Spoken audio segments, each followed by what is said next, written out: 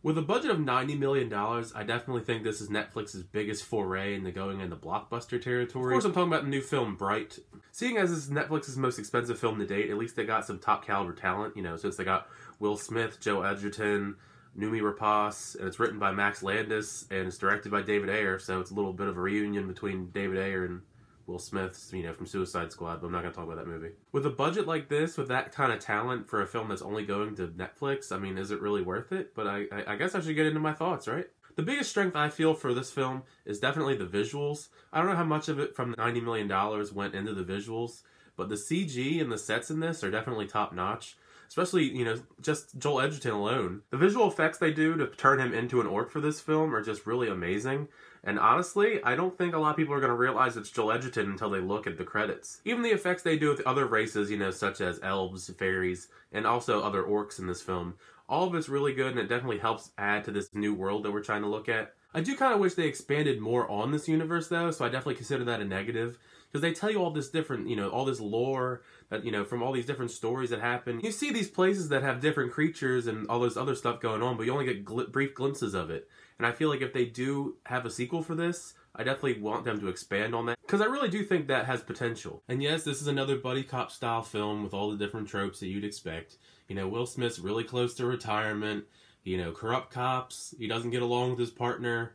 I mean, but at least I commend them for trying to do different things in this film, since they add the fantasy aspect with, you know, with magic and all the other stuff with wands, and, you know, they grant wishes, and it's at least an interesting concept. If you've seen Will Smith in pretty much anything, he's basically just being Will Smith again. Which in the context of this film, I definitely think it does work, you know, since he's this serious cop, but he also has plenty of smart, you know, Will Smith-like remarks. It kind of reminded me of Men in Black style Will Smith.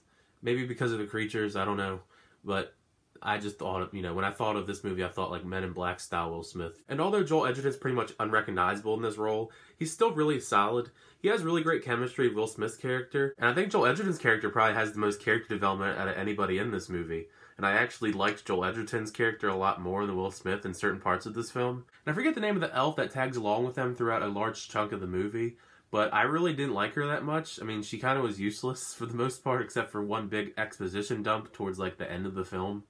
And I really felt like her character wasn't needed. Speaking of not being needed, Edgar Ramirez's character in this film really was kind of pointless.